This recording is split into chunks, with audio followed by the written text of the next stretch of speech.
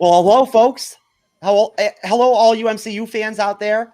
This is the MCU's Bleeding Edge with Cyber, my co-host. I'm Jeff Sloboda, and we've got Arch once again from Podcast of Champions. He is making his, I think, third appearance now and becoming like a fixture on the show, which is great because he's great. So essentially, Perry, we are waiting on right now. Oh, here he is. He's popping on as we speak.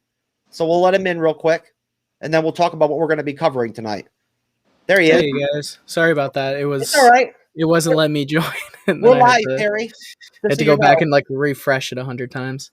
No, you're good, man. So there he is. There's the man, Perry Ramsey. He decided to show up for the panel, and hopefully he watched Loki. We'll have to see. We don't know if he's watched it.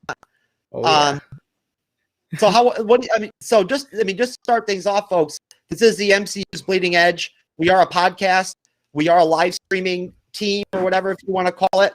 Cyber, myself, and Perry, we are the co-hosts of the MCU's Bleeding Edge. You can find us live on Trovo, Facebook Live, and Daily Motion, on YouTube, on LinkedIn, on VK Live, and I think even a couple other ones, but I can't think of them right now.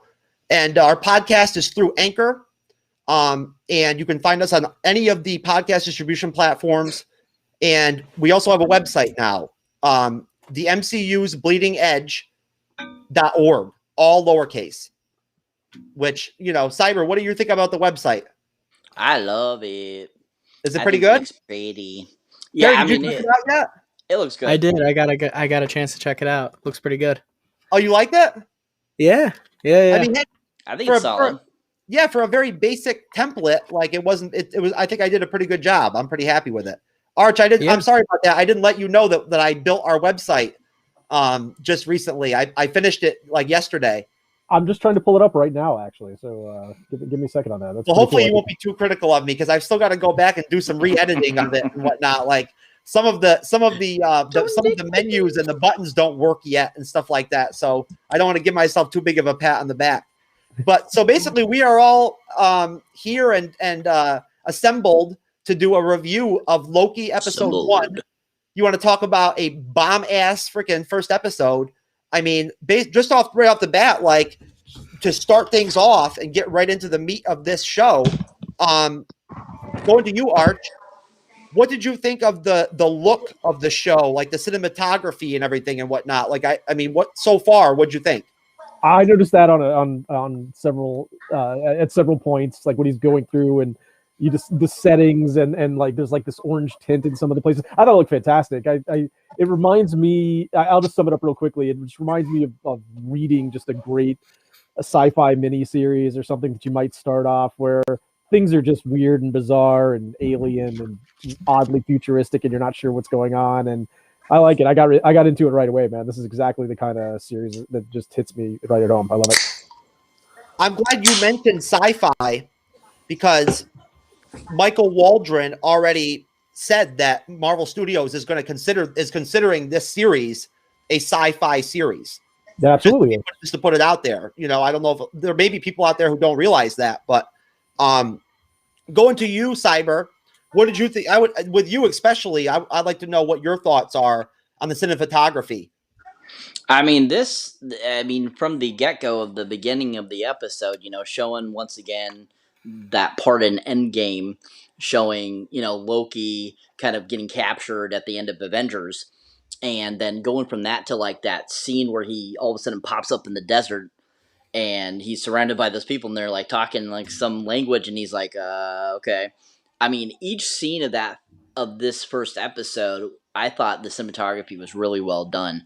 I mean, everything from the details to the color spectrum that they decided to go with for the layout, like Arch was saying, there's a lot of oranges and hues like that, which I think is kind of like correlating to kind of like Loki's kind of look and his outfits and so forth that he's had over the years, and the different movies and so forth. So I think that kind of just plays into also kind of the TVA itself too, because the TVA, if you notice the Miss Time she's Miss very Minute. kind of like Miss Minute. She's like a little bit kind of like orangey colored and stuff like that. So I think that has to do with that too. So I mean, there's like a mixture. They decided to take all kinds of different things to give it a really nice landscape look for this episode, and I thought they did a really great job.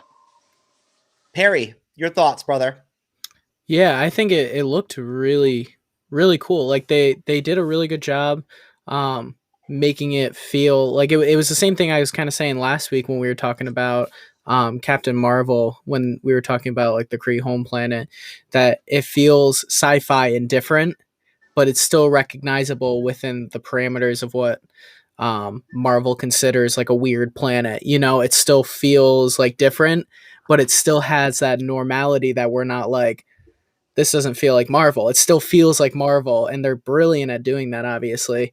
So I thought it looked great. I thought it was just enough of a tidbit into what it's kind of all going to be. And I think visually, like they did a great job, like teasing you in that way too, not just with the story, but also with the visuals of like, this is where we're starting and it's only going to get weirder, you know? If anything, I think it was a little subdued because compared to the trailers and everything we saw in the trailers, we didn't see that much really, like in terms of like, you know, some of the bigger visual angles and whatnot that you see in the trailers. And speaking of which, I'm going to go ahead and real quick, just drop a couple of the trailers and we'll go ahead and watch those. And then we'll get into the next topic or the next question. Here we go. Welcome to the Time Variance Authority. I'm Miss Minutes, and it's my job to catch you up before you stand trial for your crimes. So settle in. Now hang on just a minute. And we'll get you in front of a judge in no time. Who actually believes this crap? Sir, I'm gonna see your ticket. No. Thanks for visiting the TVA. Don't hesitate to let us know how we're doing. What do you want from me? You put our timeline in chaos. I want you to help us fix it. What could possibly go wrong? Trusting Loki is not a good idea. Do I get a weapon? Gear up. Don't those Absolutely not. Original series streaming Wednesday, June 9th, only on Disney Plus.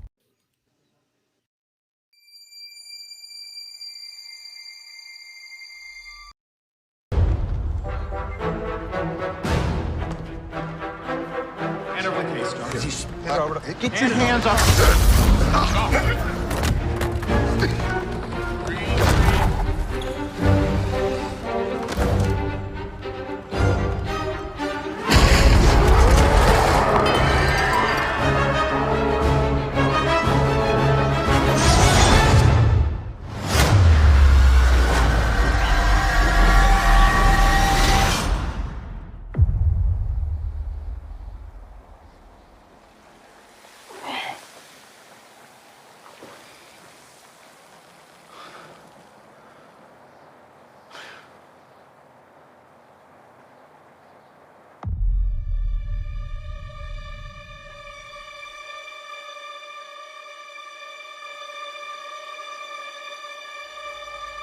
You're taking me somewhere to kill me. No, I'm taking you someplace to talk. Well, I don't like to talk.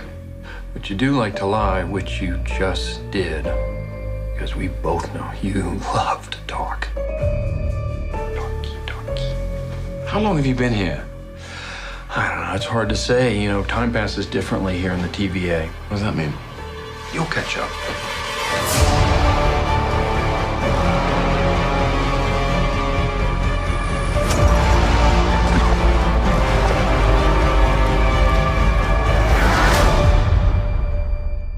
Glorious.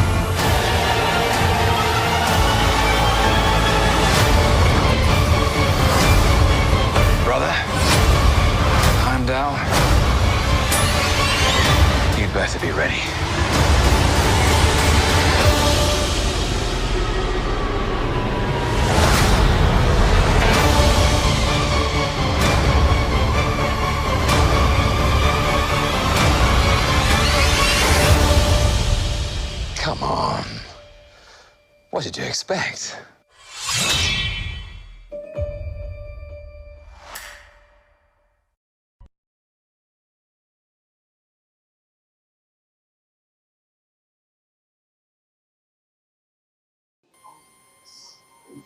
All right. Going right to that, Cyber. Basically, what are your thoughts on watching the trailers now that you've seen the first episode? Just what's your take on the trailers themselves as trailers, I guess? I mean, basically, if you pay attention close enough, I mean, majority of those trailers, both of them, were mostly episode 1. Yes. I mean, you literally saw a majority of the scenes were from episode 1, which I think is kind of funny. But at the same time, watching them this time around, which I hadn't seen them in a while, I was noticing things I hadn't noticed before. I don't know if anybody else noticed this, but there is a scene that was just in this last trailer that we just watched, the second one, where I swear to God it showed Black Widow. Like, really briefly. It was her sitting down, like, in, like, a realm. I don't know if it has to do with the Soul Stone or not, but you swear to God it looked just like her because she was wearing a fully black suit like Black Widow does, and it was, like, ominous and stuff like that. Like, Are you sure that wasn't the female Loki? It could have been. I don't know. But it just, that, like, I hadn't noticed that before in the previous trailers that I've seen.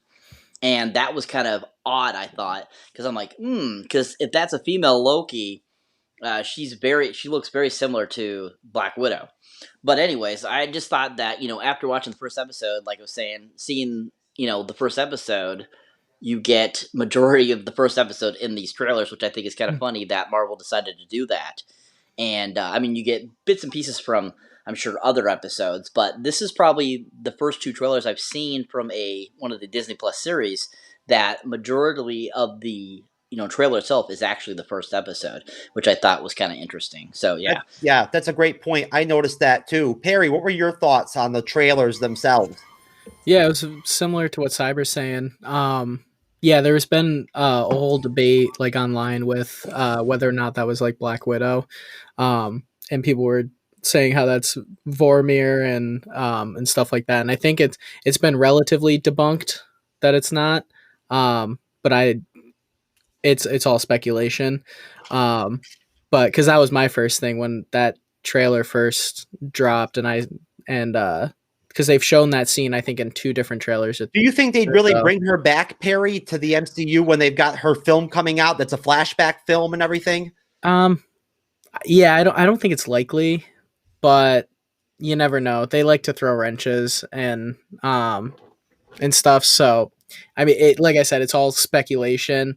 Other people are saying it's not Vormir because they like break it down like the little details in like the actual planet and stuff. And if you sit on the still frame of it, it's not Vormir. So I don't know. But I guess we'll find out. But yeah, it was interesting that like a majority of that was the first episode, or probably the first 2 episodes is where a lot of that comes from too. Those extra scenes that we see are probably episode 2 or 3. Cause they did a similar thing with like WandaVision. Yeah. They did show some like, from the later episodes, but it was like maybe a scene or 2. And then Falcon and Winter Soldier was one that they showed bits and pieces from a lot of the episodes, or a lot more of the episodes. But, yeah, I think this one, just the way that they, played up, a lot of the suspense in the first episode of like where this is going. I anticipate they did that because it's going to be very heavy with things that are going to change the entire Marvel landscape of what's going to happen. I mean, we know it will because Kevin Feige and the guy who is the showrunner for it said so. But yeah, the trailers definitely are. Just watching them now, I'm like, I got to go back and watch the first episode again. Me too. Arch, going to you. How do you feel about the trailers? And, what do you think about what Perry said about this show potentially changing the MCU? Do you think that it's going to have an impact like that? I think it's going to have a huge impact. Now, I'm weird on trailers. I don't watch them. I don't like to have anything going into these, so I I don't watch them, and there's one specific moment I'll bring out that I'm glad I never watched them, and it was when Vision first showed up in Age of Ultron. I had no idea when I was watching the movie that was going to happen. Oh, that's cool. The entire time they were making him in the cradle, and then that moment that he first puts the Mind Stone in his head, I was just like, I was sitting in theater like, wait, are they doing Vision? Like, I had no idea. So it was so exciting to see him pop out of that trailer. Yeah. I was like, what? So I don't want, I just don't like watching them for that reason. But they're exciting. They're really cool. Like to look at them here, and I'm really glad to know that it was mostly just episode 1 stuff. I think that's pretty smart, especially in a show like this that seems like it's going in a deeply mysterious route, not to give away the game on those. I do think this is leading to something really huge that's going to impact the entire MCU. And I don't know if anybody else thought this, but when they started talking about the Time Lords having fixed this massive knot in time and streamlining it way back when, and that if it got out of hand again, it could lead to like a catastrophe.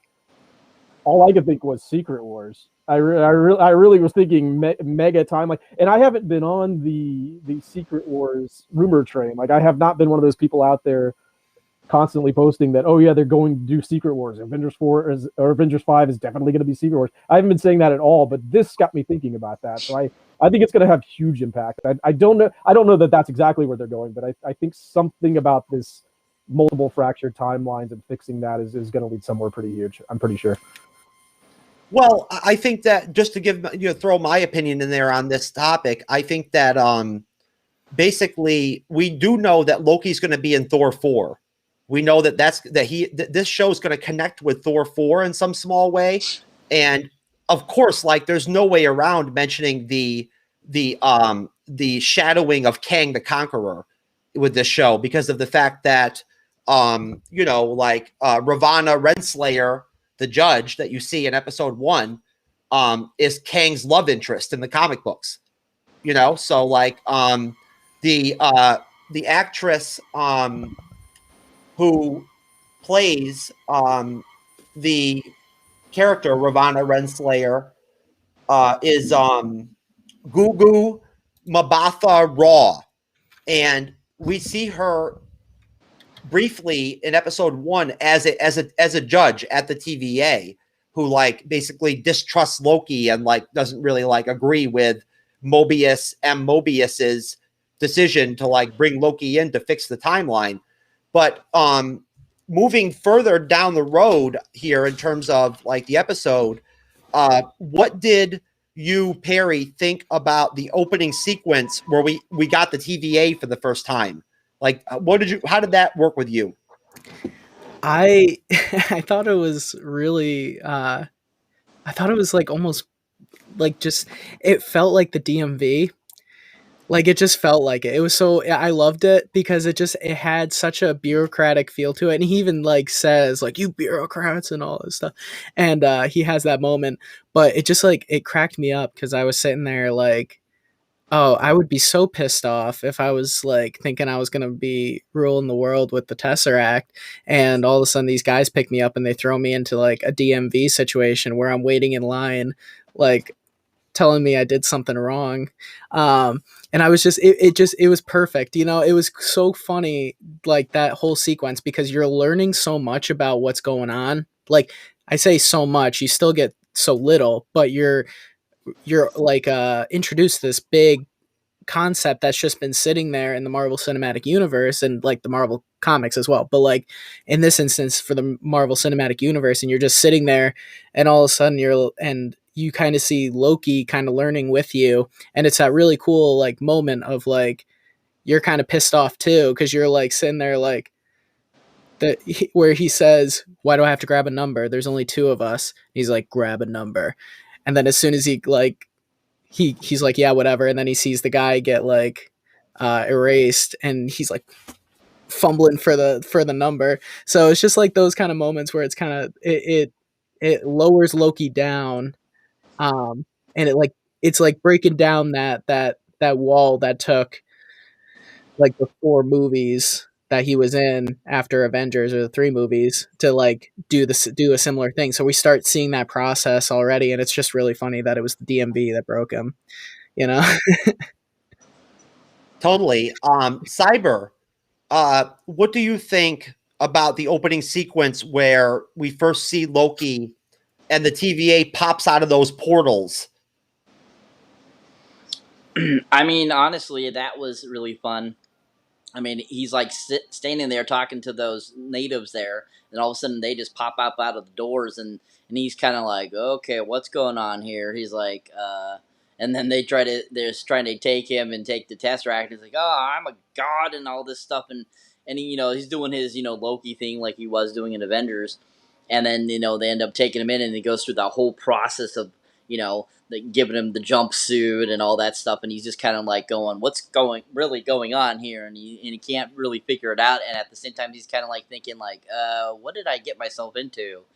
And then of course that whole scene where he's in that waiting line and there's only two of them and he has to take a ticket, it totally makes me think of DMV2, or even like a deli, which I thought was funny that they referenced that, like, oh, it's like a deli. And but the stick that the guard uses to evaporate the other guy totally makes me think of in Thor Ragnarok when the Grand Master uses the stick thing and disintegrates that guy that's sitting right next to Thor, and he's like, "Oh my god!" Yes, totally made me think of that. Except without the ooey goos, and the Grand Master's like, "Oh, hey, that was just really funny." But I thought that was a very fun kind of introduction to kind of bringing Loki into the TVA. And then when Miss Time starts talking and he's watching the video and stuff, that was fantastic too. I absolutely loved that cartoon work and stuff like that. Totally made me think of like the 50s. And I thought that was like perfect for like if you were at like a DMV or something, or like waiting for something like that. And having to be told where am I? Where do this is what we do and so forth and stuff. And I just thought that was kind of funny. Kind of made me think of when Thor is put into the chair to go see the Grand Master too, when he's like put through that almost like that thing, and he's like being told what's going on. It kind of made me think of that too. So I thought that was really great. Arch, what'd you think of the whole the first like 8 minutes or so of the show, or the first 10 minutes of the show? I thought it was great. It was probably my favorite part because it really got me into the concept of the TVA and what they were doing, and it was just so trippy and weird. And you were like as kind of awkward about it as Loki was. You were trying to figure it out along with him, and I thought it was great. So going to what Cyber just said about it having this sort of retro feel, I love when they do that. Like Alien's a great series where they use this 80s tech and they still maintain it even in newer ones, but it's used to portray tech that's like 600 years from now. And you're like, they're still using like 80s computers and stuff. And it's great. I love it.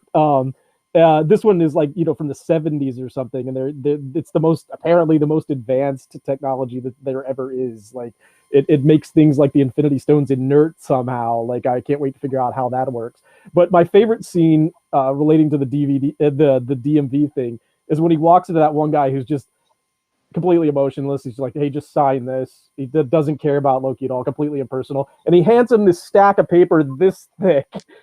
And it's just nice. Like, hey, verify that this is every word you've ever said. Nobody told me we were doing props. Yeah. That was a great visual aid right there, Arch.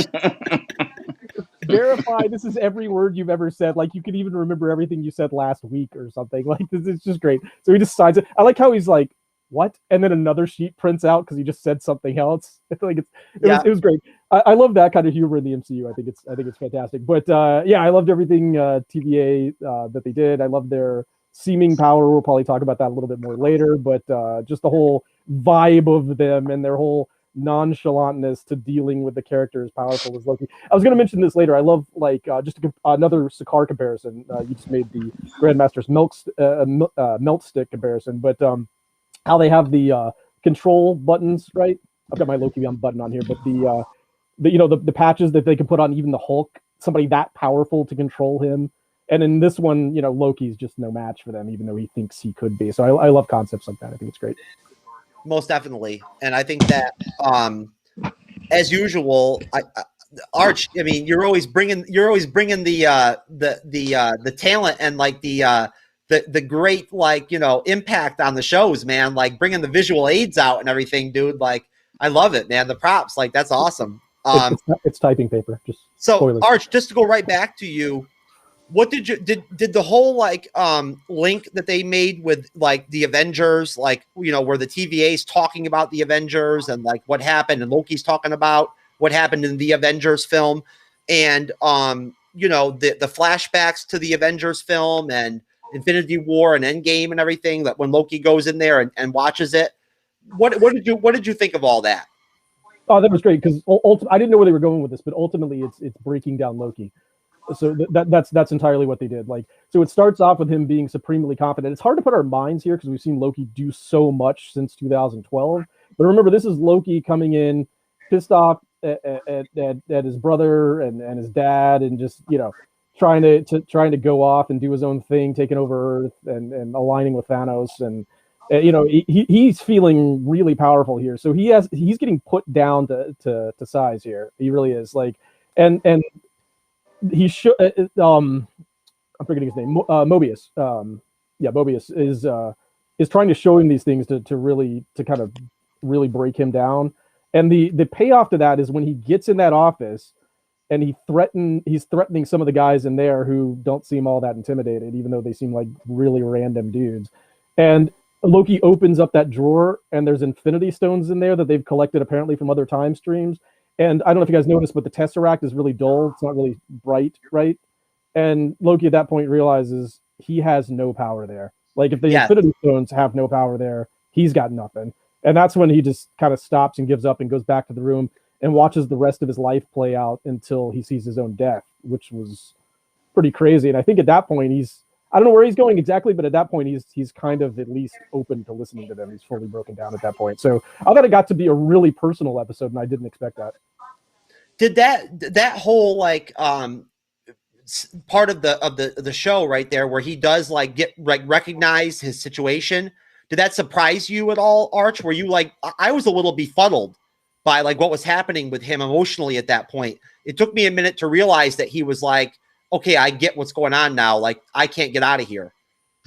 It kind of took me a second. I think it was when I started to realize that the Tesseract looked dull, and I was like, it's not really that shining that brightly. Are they doing that on purpose, or is that some sort of like weird mess up? And then I realized that the Infinity Stones meant nothing. They were just talking about using them as paperweights.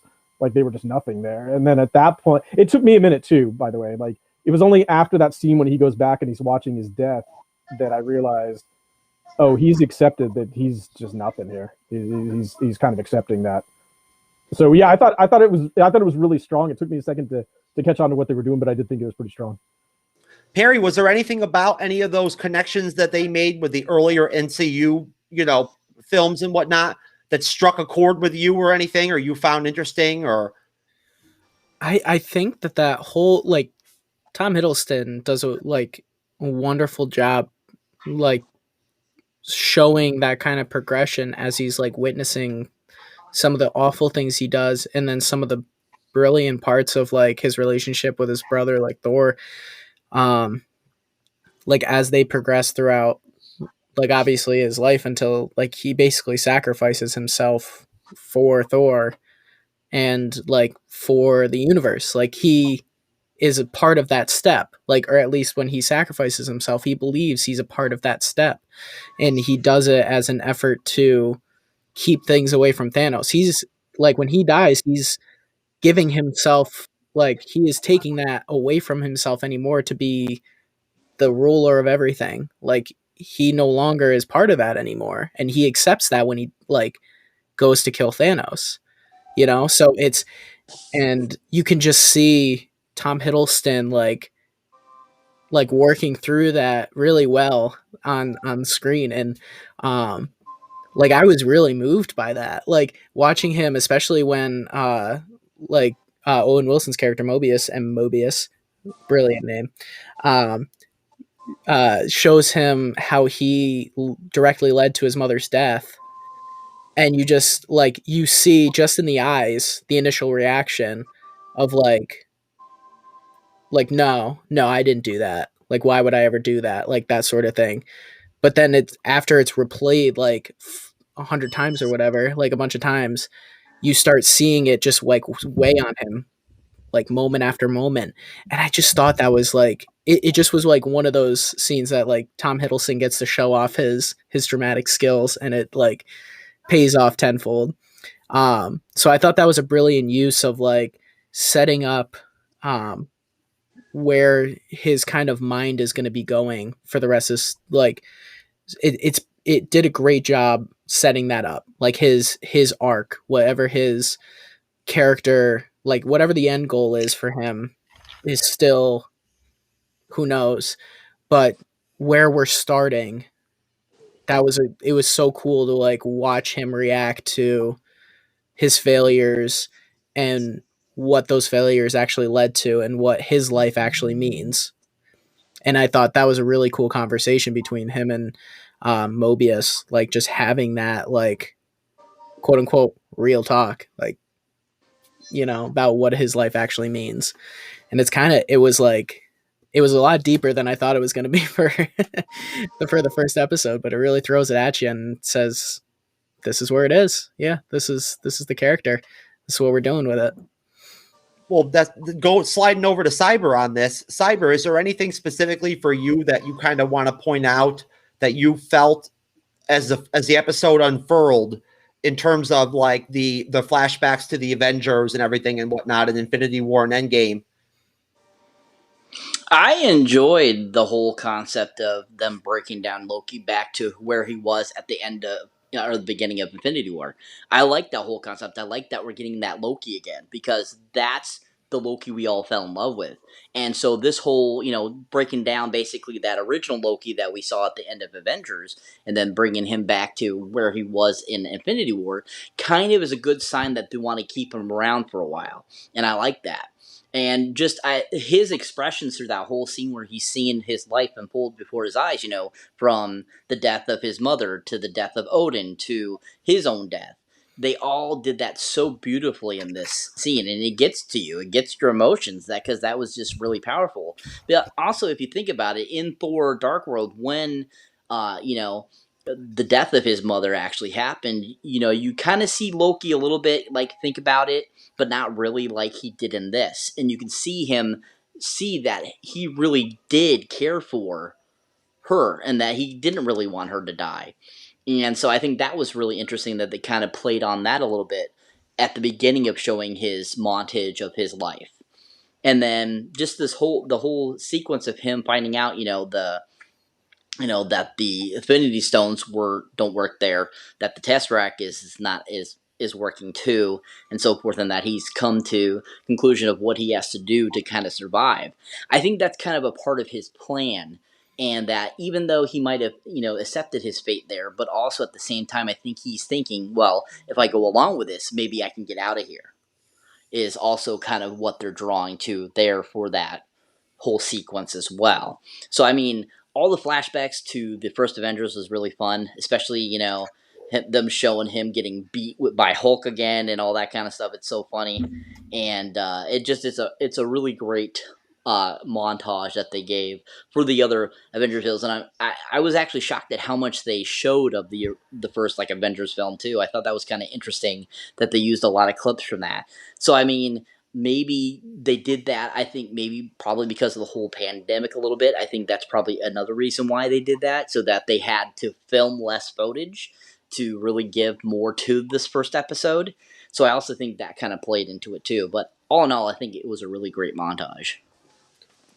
Yes, I would definitely agree with you. I enjoyed it. I thought it was fun. I thought it was interesting that it's always fun to see in all these series, whether it's WandaVision or The Falcon and the Winter Soldier, it's always fun to see the connections, like the fabric in between the rest of the MCU properties that still are there, in terms of like what happened with Endgame.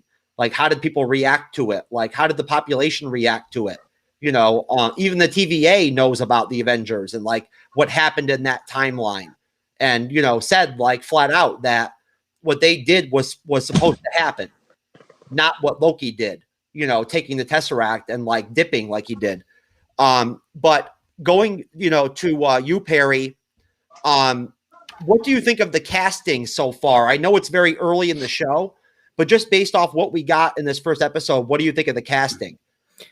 I think it's really good. I think just with the minor things, I think I'm gonna focus on the two main focuses right now, which is Owen Wilson and Tom Hiddleston. I'm gonna focus on them because we haven't really we got maybe like 5 minutes worth of the other characters, and it's who knows. But I think Owen Wilson is doing a really good job. Like he feels very like comfortable being this guy, and I think he does a good job playing like the dry character because he's just sitting there like kind of kneeling back a little bit, like acting like he's like just, hey, we're just hanging out, man. We're just He's having a a king of conversation. sarcasm. Yeah, Loki is he's the like, king we're of just having a sarcasm. conversation. Hey, man, I'm a big fan. Like he's just having like that conversation, and then he's like, wow. So it's just he's just having like he's very good at that like those dry things, and I think he's perfect for this role because of that. Like he's a bureaucrat, so he's acting like a bureaucrat. He's just being a dry like kind of like, hey, life's kind of good, life's kind of bad. Hey, but we're just hanging out, man.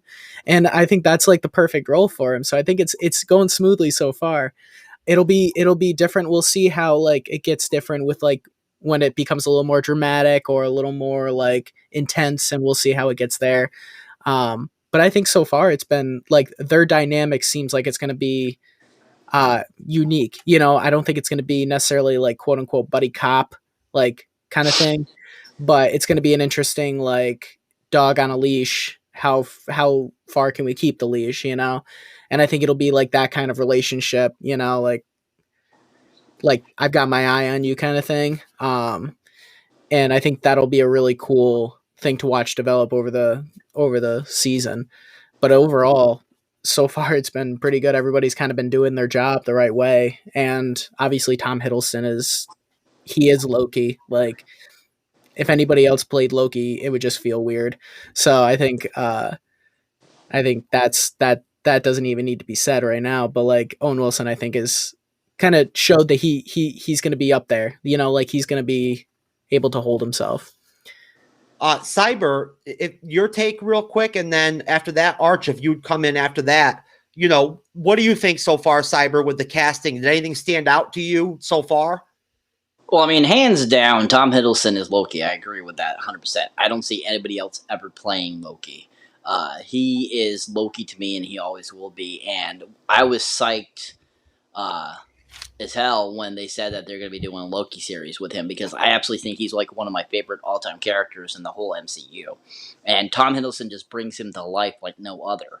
And you just, throughout, like I was talking about earlier, throughout all the films he's been in, from Thor 1 through, up to Infinity War, you have fallen in love with his character of Loki, and just how his character has evolved throughout all the films. And so when they ended up killing him off in the beginning of Infinity War, I was like, literally like, are you guys stupid? Like, I know you can bring people back, but still, I was thinking, are you stupid?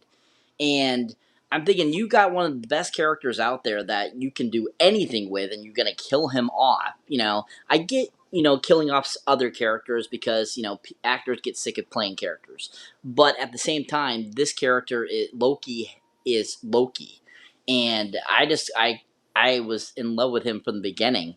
On Owen Wilson, on the other hand, I mean, he didn't do a bad job in the first episode, don't get me wrong.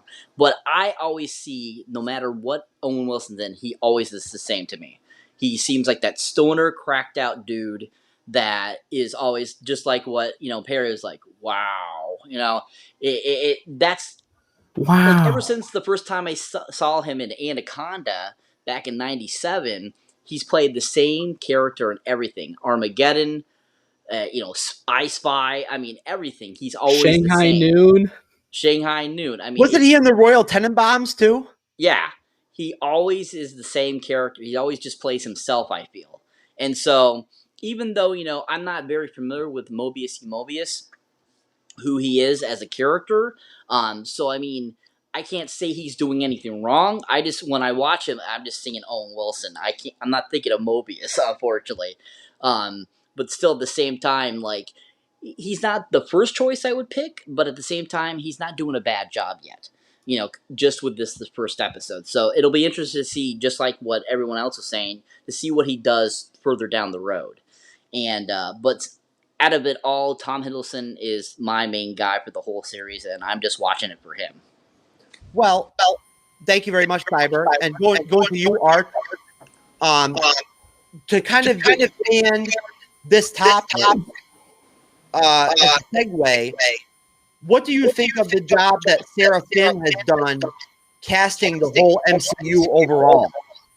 She's the queen of the MCU. She's amazing. Like, there's no doubt about it. She's like spot on with everything. Like, she deserves all the recognition that Kevin Feige gets. Seriously, like, she's cast everybody, so it's she's done a fantastic job, no doubt about it. The just to carry on with what Cyber was saying, I totally agree. I just want to put a slightly different spin on it. Owen Wilson is just Owen Wilson. I agree. He's got zero range, but I think he's great in this role. He's the guy you would want to hang out with, like if you're just at a party or something like that. He's just this cool dude, and I think he fits this. He's a bit older now. He can play a little bit more of a mature part, and I think it's interesting to have him. It sort of adds to the whimsical nature of the TVA and what they're doing. So I think he really fits here, even though he's got no range. I think he just fits. Tom Hiddleston is unbelievable. He can hit everything. That guy's an incredible actor. But again, agreeing with Cyber here. Now, I really liked his death, and I thought it was incredible. I thought it was well positioned and well delivered, and very important to the story they were telling when he died. So I thought that was great.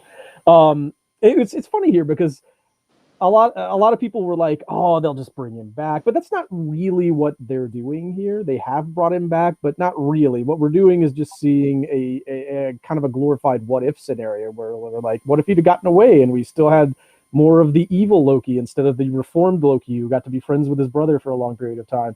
So it's cool to have these like alternate takes on characters. Like they're doing the same thing with Gamora. I think if I was to guess on Guardians of the Galaxy 3, we'll probably see a more rough and tumble Gamora, who has fallen in love and been tamed a bit with this family atmosphere of the Guardians of the Galaxy, and I think we're going to see a little bit more with Loki here too. Like he seems to have been humbled in episode 1, but he's the god of mischief. If he's not dealing from under the deck, I'd be surprised. So we'll see what he ultimately does, but it wouldn't surprise me if he comes out with a few tricks of his own somewhere later down the line.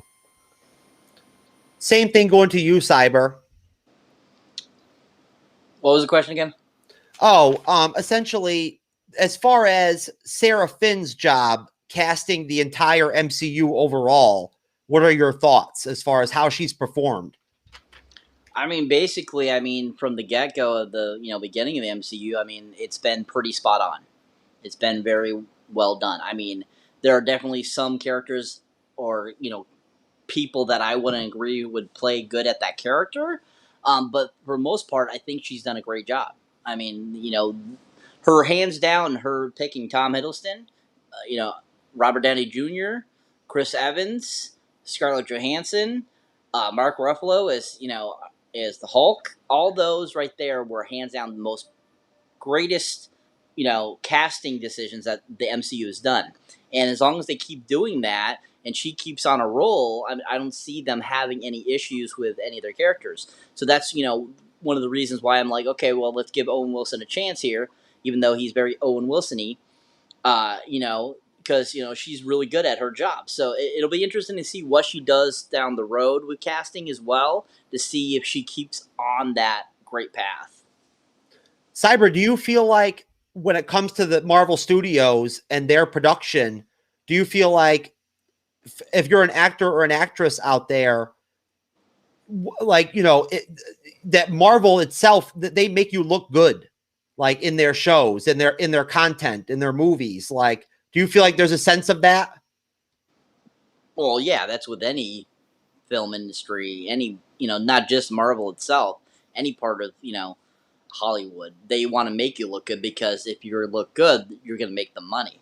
So, yeah, definitely that, they make them look good. I'm sure there are, actors and actresses that, they have to spruce up a little bit because they're different in their real life, and so that's a part of acting. that they'll have to make them look better, their image better. I mean, that's what, their acting agents are for. So, I mean, yeah, it's all about sprucing up these people. Some people are just naturally talented to be that, good looking and just that good on screen. So, I mean, some of it comes natural, some of it has to be, given to them like a cue card, So it all comes and circles around, and, each of it equals out to each other. Well, the reason I ask you that, going to you, Perry, is, I wonder for if you're a character like Tom Hiddleston, Perry, that plays Loki as long as he has and everything, how do you think that affects them adversely or like on a positive note for the rest of their career as an actor or an actress? It's tough because you see a lot of instances where these kind of things skyrocket people, and then you also see them never do something as big again. Like Daniel Radcliffe playing Harry Potter. Like, I think a lot of it has to do with if you have to do movies before you do the big movie, and then people can still think of you differently. I think where a lot of the issues come from with people not being able to break out of that, being that person, is where that's their only major role they've ever done. Where they play like minor roles in TV shows or like a supporting character in a movie, but they were never like the star of a movie or one of the main characters in a movie, and then they get a breakout role in like something like a Marvel movie, and now they're a superhero, and that's what everybody's going to remember, because before then they weren't any other character in people's minds as a household name or anything like that. So I think it depends on their situation, but I can't imagine you say no.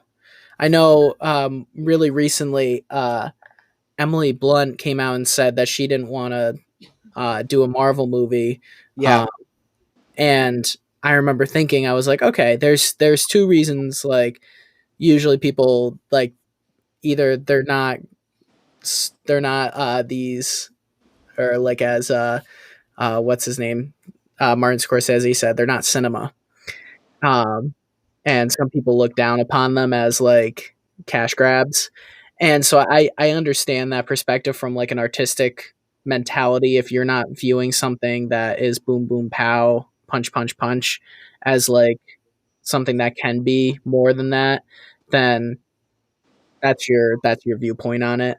But I feel like as soon as you step into it and step into the world that they created and you get kind of enveloped by it, I feel like you have to change your mind when you see how it affects people, how people come together to watch it, how much of a family like the Avengers are with each other and how much they get along. Like, you don't get that on a lot of movies where actors and actresses are like act like best buddies and like they mess with each other in public, like they act like they're like brother and sister, like it's that fun like thing. Yeah, matching tattoos. You don't see that on a lot of like even like movie series. Like, you look at like Lord of the Rings or anything like that, like big ensemble casts, you see like smaller groups of the people that like played roles that were really close together and stuff like that, and they're close. But like on the scale of this kind of situation, I feel like you can't go wrong. Like, making so many connections with so many different directors, having a chance to play in so many different movies. You sign into a 5-movie deal, and there's a chance that you get to be directed by 3 different directors who are up and coming directors, or they're already like big directors. So it's like you get so much exposure and so much experience with other people that I can't imagine why, even as like a seasoned actress or an actor, that you wouldn't try to get some sort of role in there just to have Disney backing you.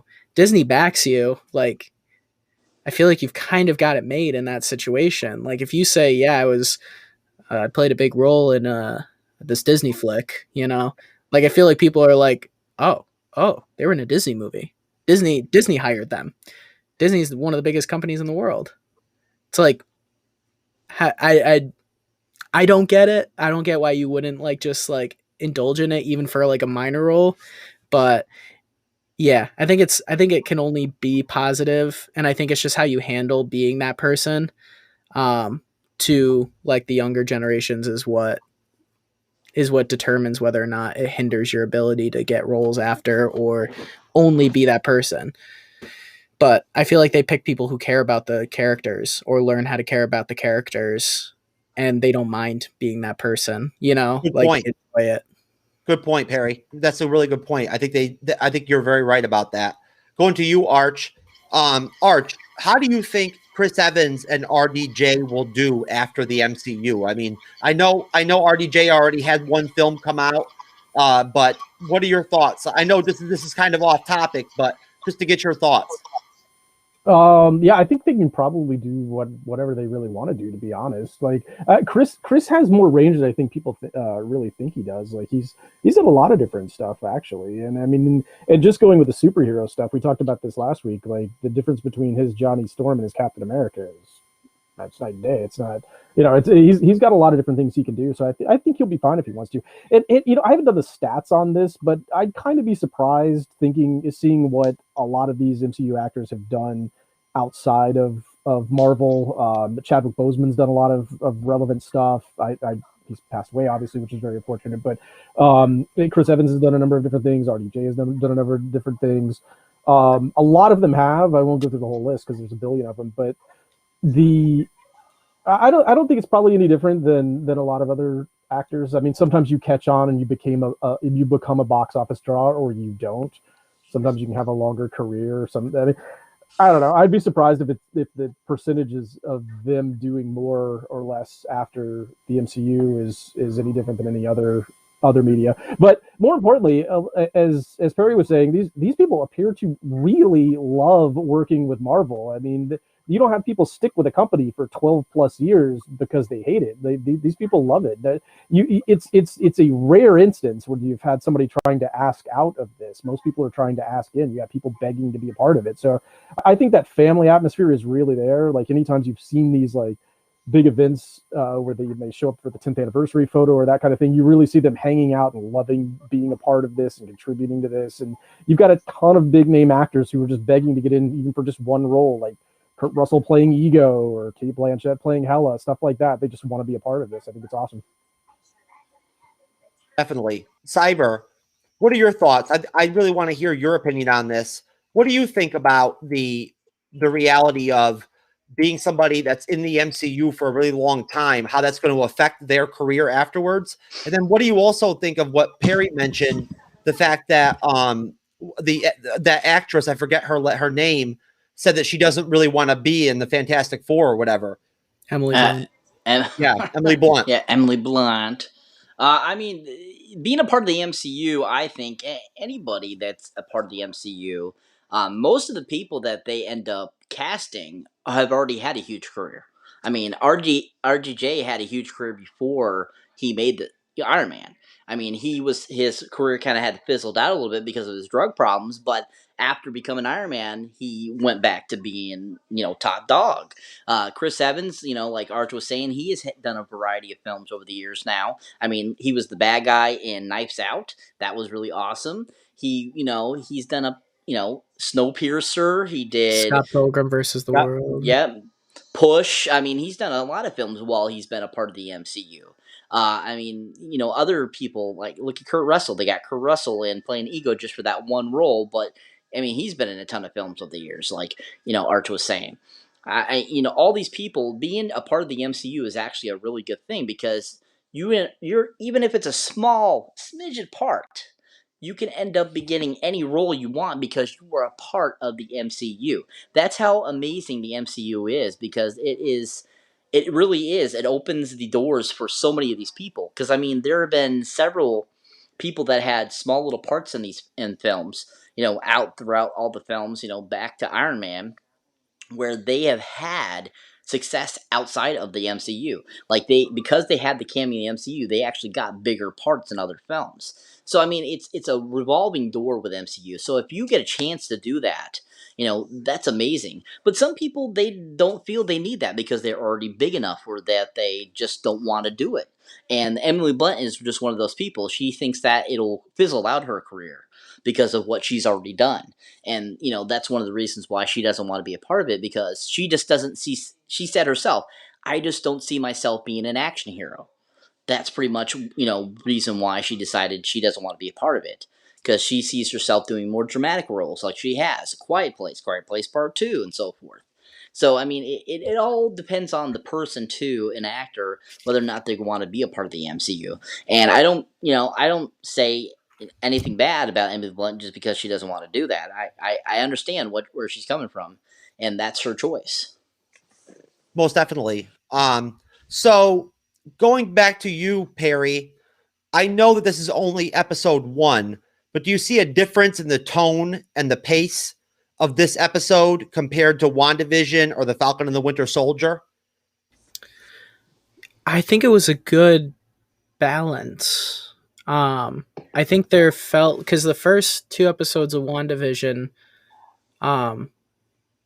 were shorter by like half the amount of time, but felt a little longer in some ways. At least the first couple episodes. After that, it felt like things were like piling on. But I think this was a good mix because the whole WandaVision is, after the first 2 episodes, it felt like you were getting your like mind blown every single episode, and like something was happening. You're like, oh my God, what's going to happen? What's going to happen? Falcon and Winter Soldier kind of was more like predictable in that way. So it didn't have that same like energy. It was still really good. I just didn't feel the same energy as I did with WandaVision. And this one feels like it's a good middle ground where it's giving you, it's putting you on the train, but it's not at full speed yet. But it's also not just like coming out of the station at a slow pace. It's getting going, and there was enough action in terms of like keeping you occupied. I mean, it was almost an hour long. It was like 50 minutes of like not too much physical action, but just a lot of like content. Like it was a lot of like, this is what this is. This is what this is. This is why they do this. This is why they do that. Let's talk for 20 minutes. Here's this. Let's do that. So with that, I wasn't bored at all. Like, even though there was no like quote unquote like boom boom pow punchy punch, like I didn't get bored because it was all paced the right way. Yeah, everything felt like it was. Yeah, every moment felt like it was meaningful. Like there was a reason they were doing every scene, and when that happens, it doesn't matter what's going on within those scenes. If every scene feels like there's a meaning to it or there's a purpose for it, you don't get bored because your mind is moving with it. So how does that contrast, though? How does that contrast with Falcon and the Winter Soldier and WandaVision? I think Falcon and the Winter Soldier felt like it was edited weird. And I know they had a bunch of things that they had to change because it involved a pandemic-like thing, and they took that out of it. And so I try not to get too like nitpicky about that. But there was a weird editing thing where Falcon and the Winter Soldiers felt like some things were like weirdly placed, or they felt like they were thrown in there a little bit. Like it felt a little less like congruent like with what they were trying to do. And then WandaVision felt like, I feel like the conversation is what what changed a lot of people's expectations of what was going to change after WandaVision.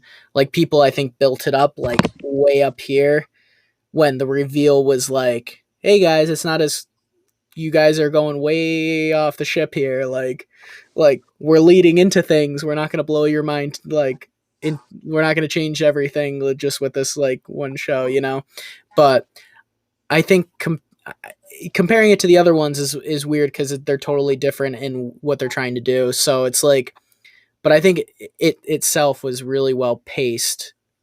It just, even though it was just in a few rooms in a building, I think they did a really good job like pacing it out so everything felt like it mattered.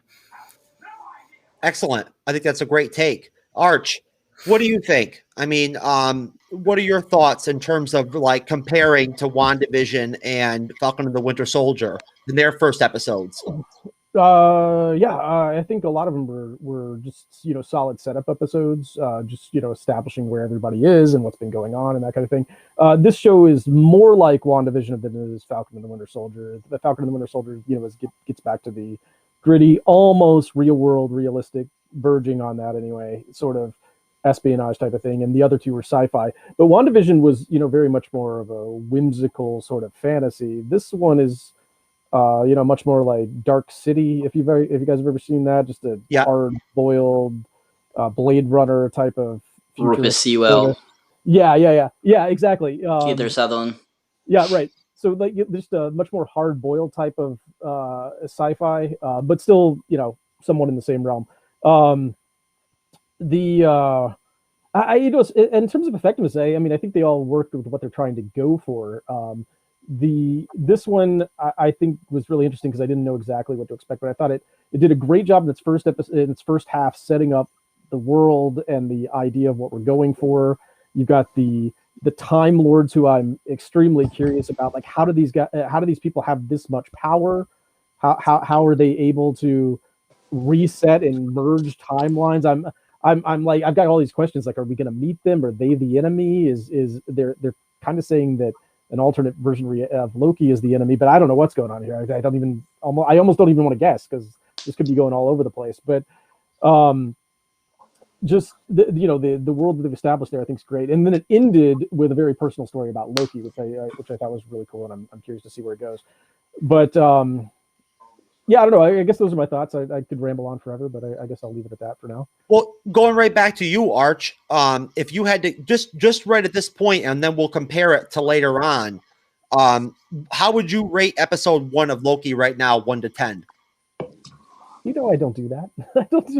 You have to, brother. It's a mandate. I can't. I don't do numbers. I'll rate it.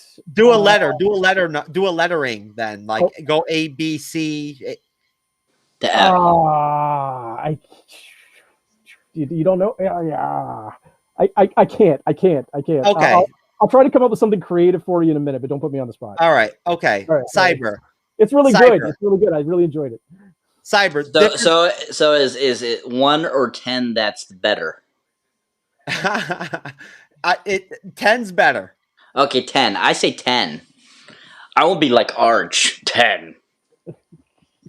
Hey, go ahead. Unfold it, Cyber, please. Go ahead. I mean, honestly, I think out of all the 2 other Disney Plus series, this one by far is my favorite so far. This first episode, I thought, outbeat all the other episodes of the other 2 seasons so far. This season, also, this first episode, from the comedy to the writing to just the acting alone, and then the visuals, I thought, hands down, were way better than how WandaVision started out and how Falcon and Winter Soldier started out. Like, Perry was saying, yes, Falcon and Winter Soldier had a lot of pandemic problems. It had a lot of issues that they had to resolve because of the pandemic and just changing things out and so forth. But hands down, I think that just this was a better series so far, even just with the 1 episode. I just thought it was fantastic, and I've rewatched it 3 times now because I just think that's how good it is.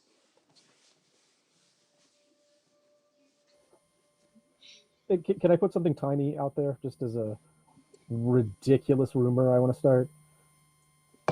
Sure. Okay.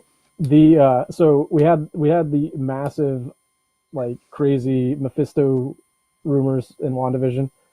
I just want to say that little girl in that little scene pointed to the Red Devil, like, stained glass window. I'm just saying. Just want to go ahead and start that again. I was literally thinking the same thing. Just for fun, I just want to throw that out there.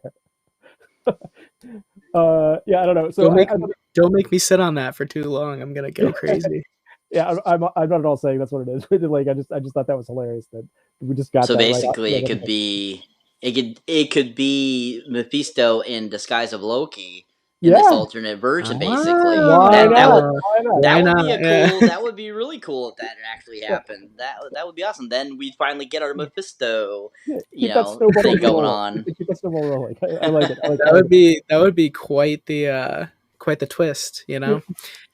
Before Jeff gets back, I had one other thought about this, and it goes to what Perry just said, like about how WandaVision kind of got built up towards the end. I was begging people not to think that Evan Peters was going to wind up being Quicksilver and there was going to be any Foxverse crossover. I wasn't convinced of that at all, and I was trying my best to tell people not to expect that. I really was. I didn't think that was going to happen, and I thought it was kind of ridiculous if you sat down and thought about it for a moment. I thought it was a little ridiculous. I don't know what you guys thought. Yeah, I don't know. It was one of those things where in like I thought it would have been fun, but then there was so many like kind of questions that would build off of that. And I think when we talked about that, Cyber, I don't know, I think it was me, you, and Jeff when we were doing like the WandaVision stuff.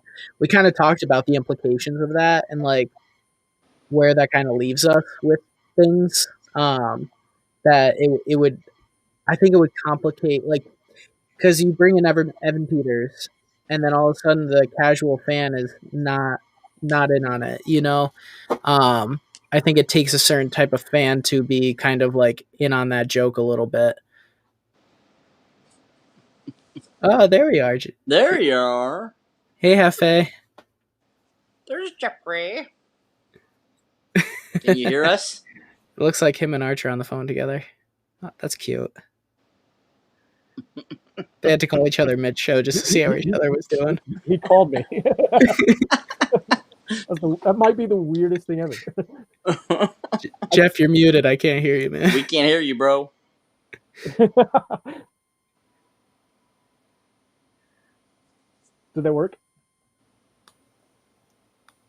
I'm being left in suspense. I think it's no. Nope. Nope. No.